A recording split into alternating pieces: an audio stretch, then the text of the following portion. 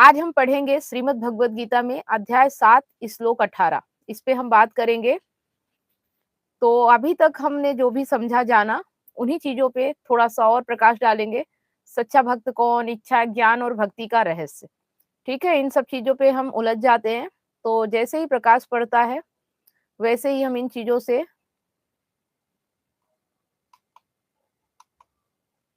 मुक्त होते हैं, भ्रम मिटता है। तो यह श्लोक बताता है कि भगवान किसे सबसे प्रिय मानते हैं, 4 प्रकार के भक्त कौन होते हैं और सच्ची भक्ति किसे कहते हैं।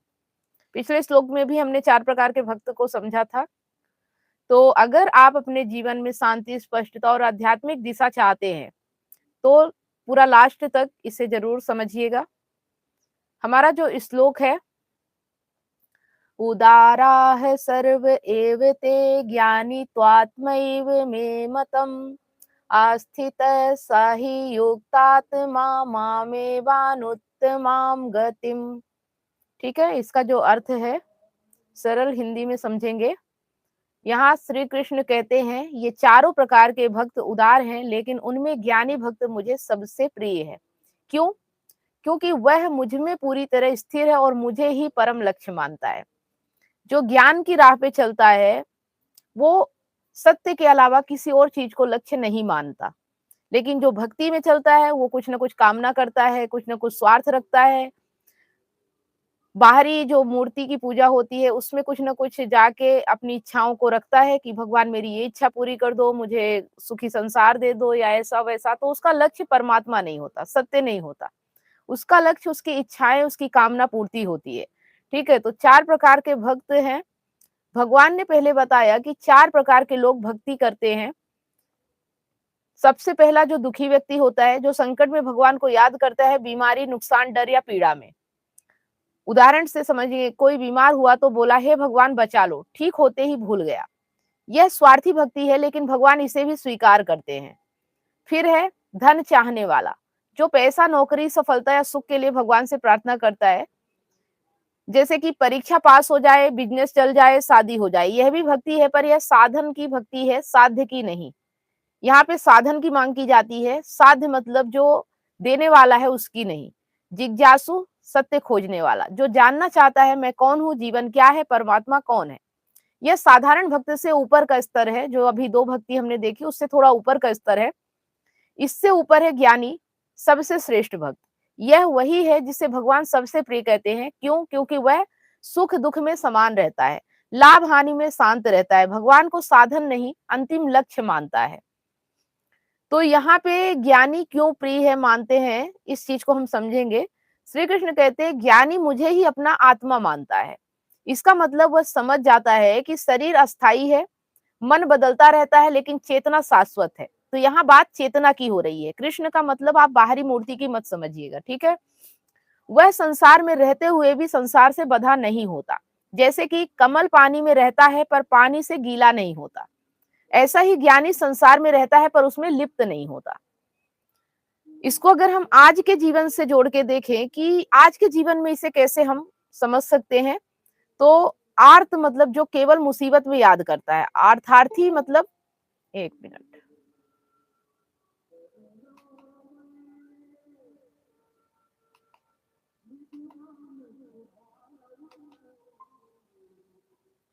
ठीक है। तो आर्त मतलब जो केवल मुसीबत में याद करता है, अर्थार्थी मतलब जो सिर्फ पैसा चाहता है, जिज्ञासु जो ध्यान, योग, सत्संग खोजता है, ज्ञानी जो भीतर शांति में जीता है। तो श्री कृष्ण कहते हैं मेरे लिए सबसे प्यारा वह है जो शांति में टिक गया है। इसे आप गृहस्थ जीवन से भी समझ सकते हैं। अगर आप शादीशुदा हैं, नौकरी करते हैं, परिवार में हैं, तो ज्ञानी का मतलब सन्यासी बनना नहीं है।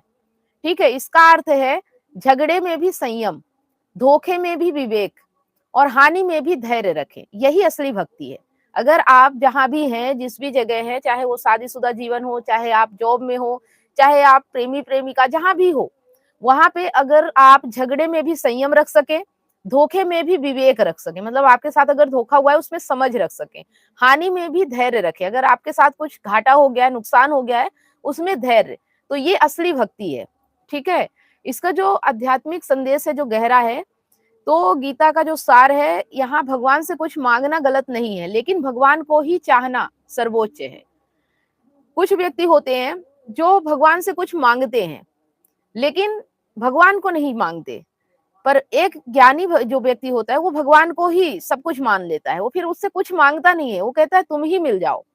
जैसे कि कृष्ण के सामने द्रौपदी जब आई, मतलब उनका जब चीरहरण हो रहा था, तो द्रौपदी के सामने भगवान थे, लेकिन उन्होंने भगवान को नहीं मांगा, उन्होंने साड़ी बढ़ाने को बोला। तो हम उनसे कुछ अपनी इच्छाएं, अपनी कामनाएं पूर्ति करवाते हैं, हम उन्हें ही अगर मांग ले तो आप सोचो कि आपके जीवन में शांति ही शांति है, क्योंकि जो आपको सब कुछ दे सकता है, अगर आपने उसे ही मांग लिया तो सब कुछ तो अपने आप ही मिल जाता है फिर। ठीक है, तो ये चीज हमें समझना होगा कि हम इच्छा और कामना लेके भगवान के पास जाते हैं या भगवान को ही चाहते हैं कि भगवान ही हमारा जीवन बन जाए, है ना। तो इस चीज को अगर आप समझ पाए तो वो चीज आपके जीवन में शांति और आनंद लाती है, और सबसे उच्चतम अवस्था वही है जो ज्ञान मार्ग की होती है। ठीक है, तो अब आप देख सकते हैं कि अगर ये चीजें आपको स्पष्ट हुई है तो आप बता सकते हैं। देखो यहाँ पे जो मैं थोड़ा थोड़ा आपको बताती हूँ, ये डेली आपको अभ्यास करना है। ऐसा नहीं कि मैं एक साथ 1 घंटे तक बहुत सारा लेक्चर दूं और आप उसे सुनते जाएं, इससे काम नहीं बनेगा। यहाँ जो चीजें बताई गई हैं, जैसे कि झगड़े में भी संयम, धोखे में भी विवेक और हानि में भी धैर्य, ये 3 चीजें आप अपने ऊपर पहले अप्लाई कीजिए और देखिए, क्योंकि आप जो जीवन जी रहे कहीं ना कहीं वहां झगड़ा भी होगा, धोखा भी होगा और हानि भी होगी। उसमें आप कैसे रिएक्ट करते हो, कैसे आप अपने विवेक का, अपनी समझ का इस्तेमाल करते हो, आप अपने जीवन में कामना को प्रायोरिटी देते हो या सत्य को प्रायोरिटी देते हो, ये सब आपको अपने आत्मनिरीक्षण से आपको देखना होगा। ठीक है, तो जो आज का श्लोक संदेश देता है, चाहे वो गृहस्थ हो, चाहे आप बिजनेसमैन हो, चाहे आप जो भी हो, जैसे भी हो, ठीक है, तो ये चीज आपको समझना है। शरीर अस्थाई है, मन बदलता रहता है, लेकिन चेतना शाश्वत है।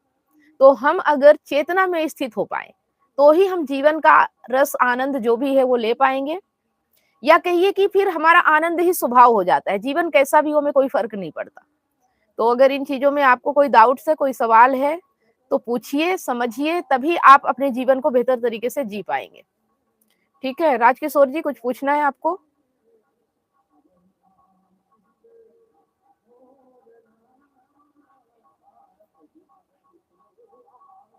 राजकिशोर जी सुन पा रहे हैं? नहीं मैडम, नहीं अभी नहीं बात कर पाऊंगा। अच्छा, आप कहाँ हैं? जॉब कहीं और है। ओके, अरे 2 भाई। चलिए संदीप जी, आपको कुछ पूछना है? काफी दिनों से आप भी ट्रेवल कर रहे हैं। मैं थोड़ा बाहर हूँ मैडम। चलिए ठीक है। अरे अरे अरे अरे, चलिए कोई बात नहीं। तो आप लोग अपना जो भी है ट्रेवल वगैरह कर लीजिए और इसके साथ बने रहिए, और जहां भी कोई प्रॉब्लम आए तो इसे ध्यान में रखिए। ठीक है, चलिए तो आज के लिए इतना ही, फिर मिलते हैं नेक्स्ट लाइव सेशन में। गुड नाइट सभी लोगों को।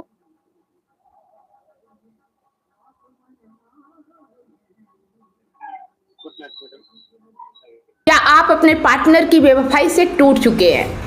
क्या विश्वास टूटने से आपकी जिंदगी और आपका करियर दांव पे लगा है? विश्वास की कमी, डिप्रेशन और अकेलापन आपको घेर रहे हैं।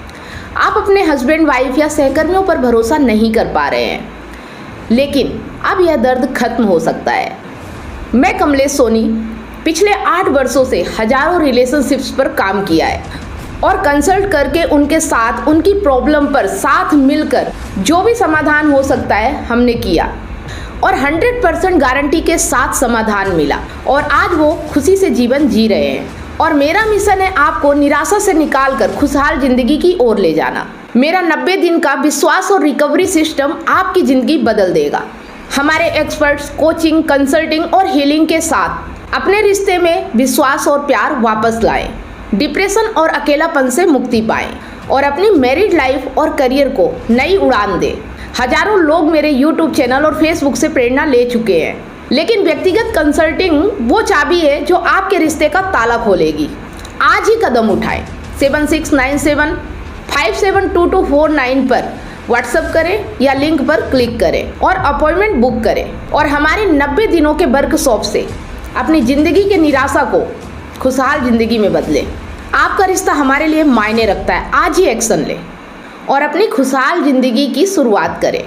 Click now.